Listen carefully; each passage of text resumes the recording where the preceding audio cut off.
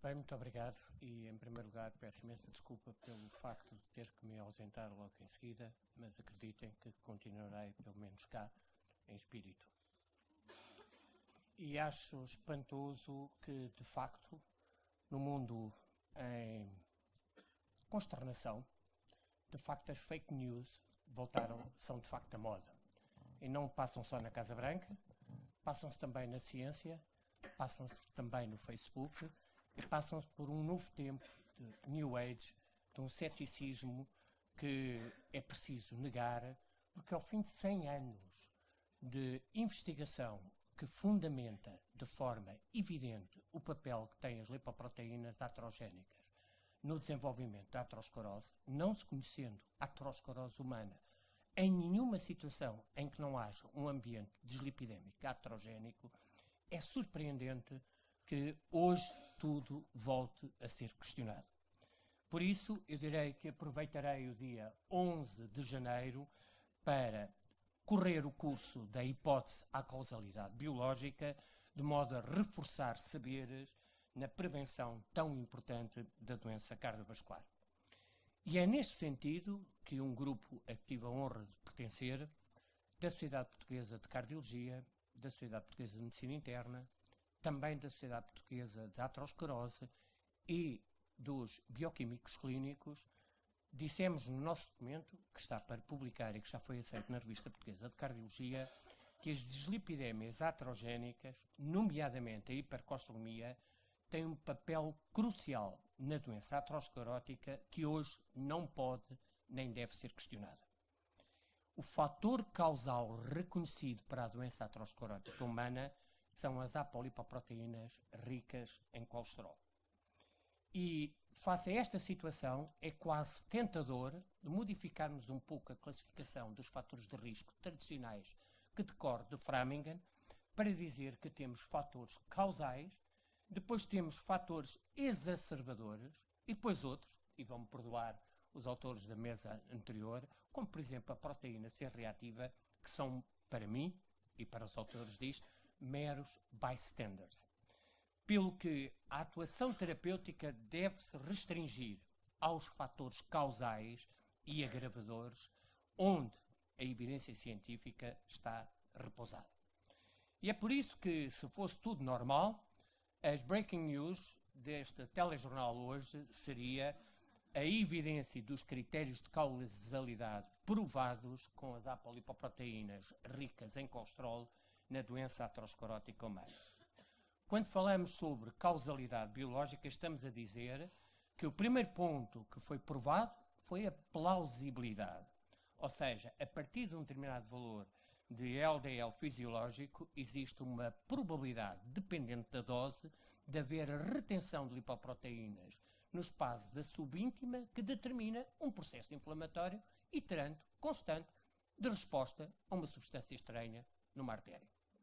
O segundo é o aspecto da força da associação. Todas as doenças monogénicas ou poligénicas que cursam com o aumento de LDL, colesterol, têm um risco significativamente mais elevado de eventos cardiovasculares ao longo da vida. E existe um gradiente. A associação é logo linear entre a magnitude de exposição do LDL e a ocorrência de eventos cardiovasculares. E uma temporalidade, uma sequência temporal perfeitamente determinada. A exposição ao aumento do LDL deve preceder o início e a progressão da doença aterosclerótica. Por exemplo, uma doença genética como a homocistinuria. Claro que tem doença vascular, mas não tem doença aterosclerótica. Enquanto não existir LDL, não há doença aterosclerótica na homocistinuria. E não estamos a falar da homocistinemia, estamos a falar da doença monogénica. A especificidade, a evidência aleatorizada da associação do LDL é independente de todos os outros fatores de risco. A consistência, temos mais de 200 estudos, mais de 20 milhões de pessoas ao ano que foram acompanhadas e mais de 150 eventos cardiovasculares para sedimentar esta causalidade biológica. E, finalmente, a coerência. A coerência resulta das dislipidemas monogénicas, de coorte prospectivos, da aleatorização mendeliana e dos estudos de intervenção, onde se confirmou a redução do risco com a intervenção terapêutica. E apesar disso, temos que reconhecer que há duas visões que ainda persistem sobre o LDL, mesmo como fator causal. A primeira deriva daquilo que é habitual, o paradigma de benefício-risco.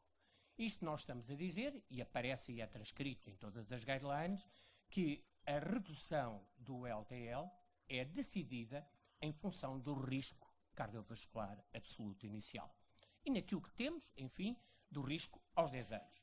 E é por isso que não surpreende que haja uma maior homogeneidade na prevenção secundária do que naturalmente na prevenção primária.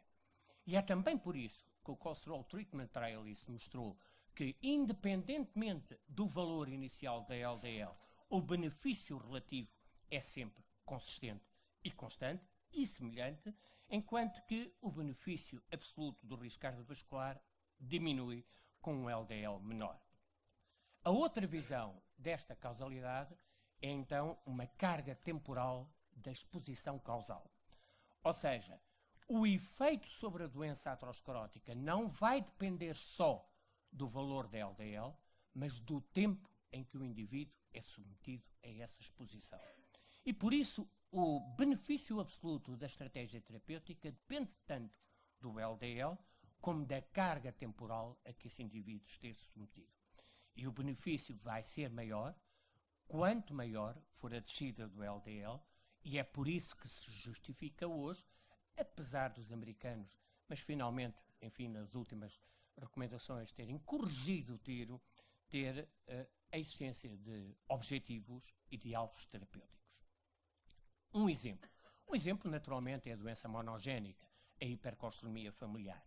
Reparem como as variantes alélicas estão associadas à hipercolesterolemia familiar, correspondentes a maiores valores de LDL, têm a maior carga cumulativa para o aparecimento de doença aterosclerótica.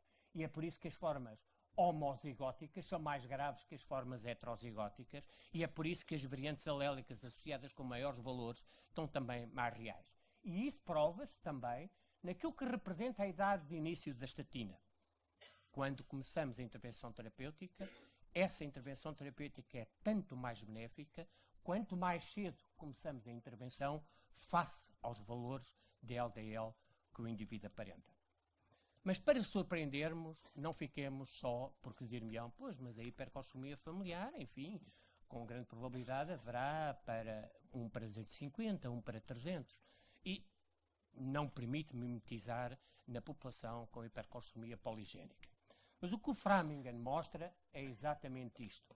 As décadas de exposição a níveis elevados do colesterol com um aumento progressivo, iterado e constante ao longo prazo na ocorrência de eventos cardiovasculares. E este slide já foi hoje mostrado pelo Ruan Atei, onde se demonstrou, já este ano, num estudo publicado em dezembro, que o ano passado, o aumento linear da aterosclerose com o LDL, para um indivíduo com 60 a 70 mg, 11%, mas se o valor passar para 150, 64%.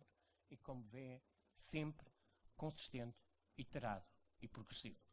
Portanto, não parece ser só um problema das doenças monogénicas, e uma boa hipótese que temos hoje para estudar são a aleatorização mendeliana.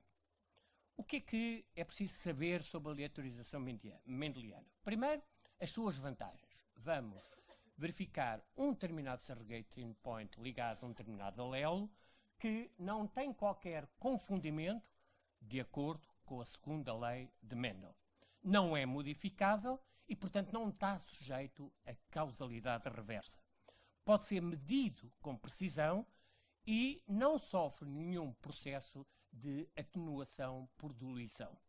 Finalmente, podemos avaliar os riscos dos diversos polimorfismos de nucleótidos únicos e, por exemplo, verificar que têm exatamente a mesma força que os ensaios clínicos aleatorizados. Mas é preciso que haja regras. E estas regras são obrigatórias para lermos os diversos estudos de aleatorização mendeliana que são publicados. Primeiro, a variante alélica que se quer estudar não pode ter pleiotropismos. Tem mesmo que estar associado com o biomarcador para que não haja fatores de confusão com os resultados que estamos a estudar.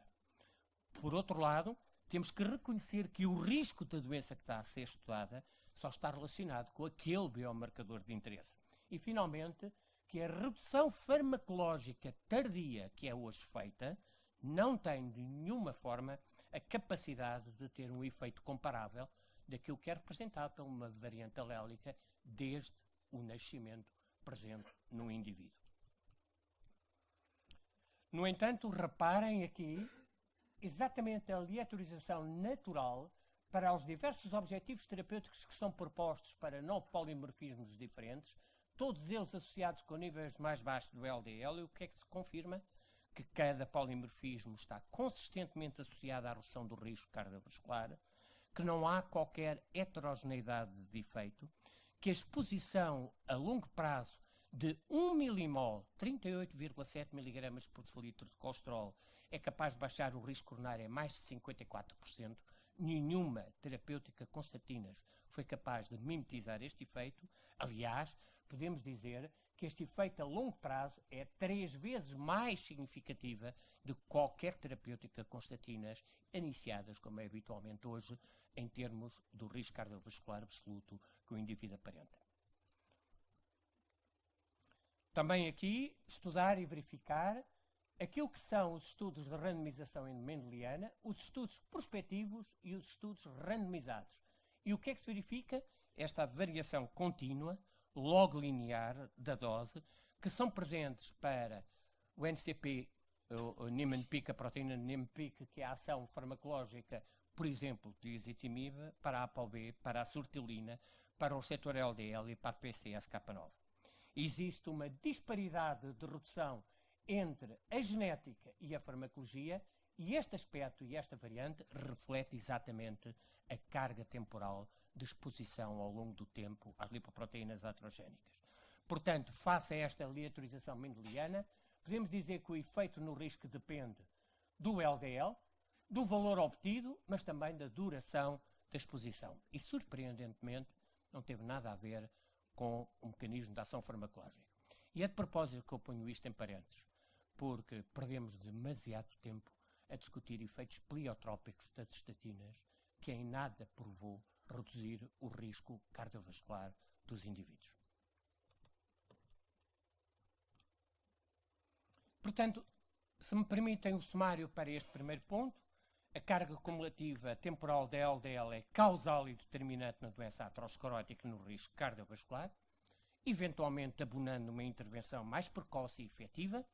O controle metabólico e celular e a redundância dos processos na disponibilidade de colesterol, já hoje foi dito de uma forma muito evidente, nós mexemos no colesterol circulante, não no colesterol celular, nas diversas vias metabólicas, faz com que não seja possível continuarmos a discutir os potenciais riscos de alguém que pode emergir com valores de LDL muito baixos.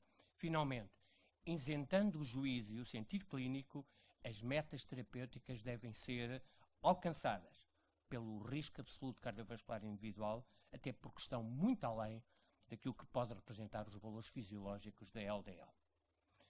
A questão que me puseram a seguir é tudo LDL? Bom, deixem-me chamar a atenção para uma coisa. Reparem, VLDL e LDL são todas muito diferentes na sua composição. A massa de colesterol transportado nas lipoproteínas com ApoB é muito variável. E no ser humano, ao contrário de muitos animais, e por exemplo muitos dos animais em que são feitos estes estudos, como por exemplo o ratinho, são transportados no LDL. Aproveito para dizer que 90% do colesterol do ratinho é transportado na HDL. A VLDL tem quantidades muito variáveis de triglicéridos e de ésteres de colesterol. As LDL podem ter um colesterol normal, serem pobres ou serem ricas em colesterol. E a proporção no plasma é de 9:1, o que quer dizer que as lipoproteínas ricas em triglicéridos transportam 5 a 20 vezes mais colesterol por partícula do que a LDL, porque são mais, naturalmente. Outra coisa que é importante é, não sei se alguma vez foi chamada a atenção devido a isso, é que nós não produzimos LDL. Nós temos o LDL circulante, mas este LDL depende da cascata lipolítica das lipoproteínas ricas em triglicéridos. Portanto, a minha LDL que eu tenho circulante depende daquilo que é produzido no fígado em termos de VLDL. E, portanto, maior disponibilidade do fígado em triglicéridos, maior a partícula de VLDL. E esta VLDL de tipo 1 dá origem a uma LDL de tipo 3, enquanto esta VLDL de tipo 3 dá uma LDL completamente diferente. É por isso que é preciso ter em conta um elemento-chave que só está presente no homem, praticamente, por exemplo, o ratinho não o tem, que é a proteína de transferência dos ésteres de colesterol e que permite trocar ésteres de colesterol e triglicéridos entre a via metabólica endógena e exógena do metabolismo lipídico. Portanto, reparem, este é um elemento fundamental, a troca contínua do core lipídico. Uma VLDL de tipo 1 é mais rica em triglicéridos e a VLDL tipo 3 é mais rica em ésteres de colesterol. E isto faz com que as formas remanescentes sejam riquíssimas em colesterol. Por outro lado, as LDL são também heterógenas, pelas diferenças que têm no core lipídico, ainda que até hoje não se tenha provado de forma definitiva que existe uma evidência independente do número total de partículas aterogénicas. O que é que temos então em termos de aleatorização mendeliana em relação às lipoproteínas aterogénicas? Primeiro, que todo o atraso que se deu neste metabolismo está associado a um aumento do risco. E que todas as situações que estão associadas à baixa dos triglicéridos levou a uma menor redução de eventos coronários. Na sequenciação de nova geração, mostrou-se exatamente isso, que os genes codificadores da ApoC3, da ApoC5 e da angiopoetina têm uma relação linear com a doença coronária, afirmando a causalidade biológica e formando ou estruturando a ideia de que os cores suportados por estes nucleótidos vão ter uma ação estabelecida com a doença aterogénica e os triglicerídeos. É exatamente isso que foi demonstrado quando se avançou com o conceito do colesterol não HDL.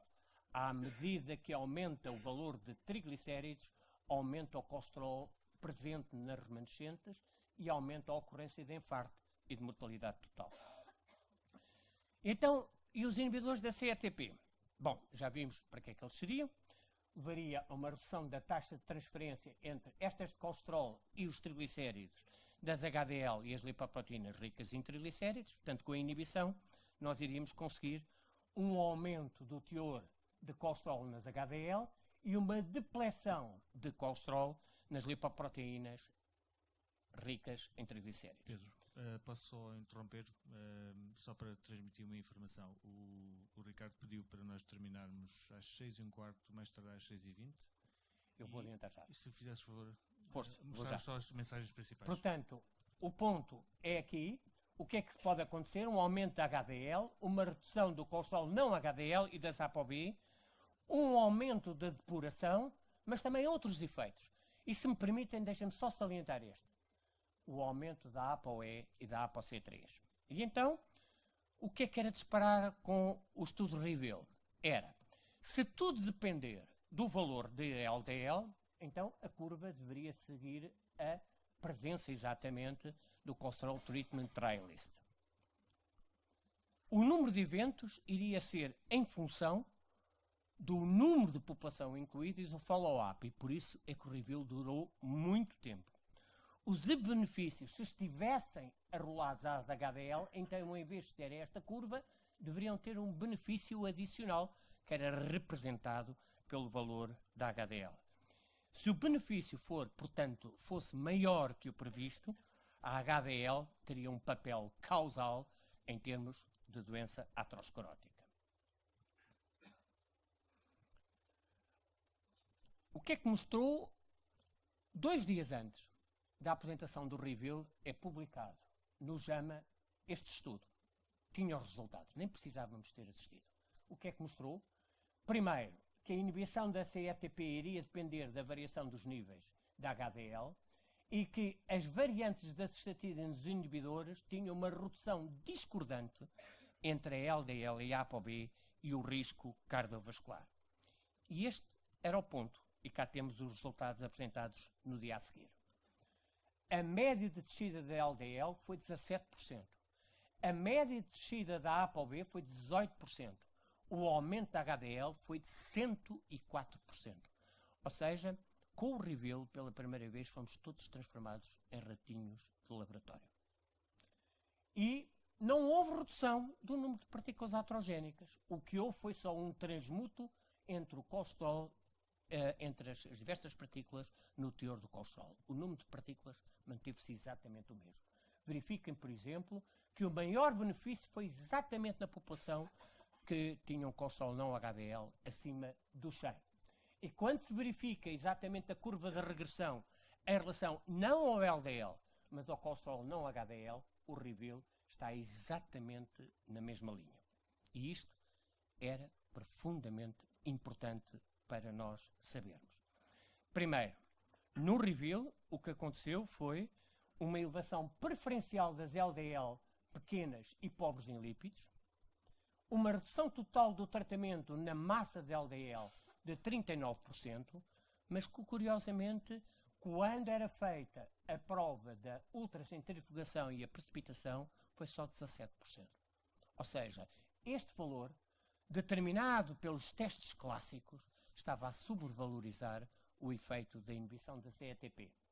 E lembremos uma coisa, que existe uma relação entre a progressão geográfica de doença coronária e a small dense LDL, e que a sortilina, que está exatamente associada ao aparecimento destas LDL pequenas e densas, é preditora de infarto de miocárdio. Por outro lado, nas HDL, o que aumentou preferencialmente foram HDL de tipo 2, e a HDL com carga de colesterol elevado esteve associada à progressão da doença corotídea. São estes alguns dos factos que fez com que a Merck Sharp & Dohme, apesar do Reveal, não avançasse com a aprovação da indicação terapêutica com este medicamento. Portanto, para terminar, em conclusão, a carga cumulativa arterial das LDL e ApoB é determinante na doença aterosclerótica. Quanto menor o LDL com tratamento maior, maior é o benefício clínico acumulado.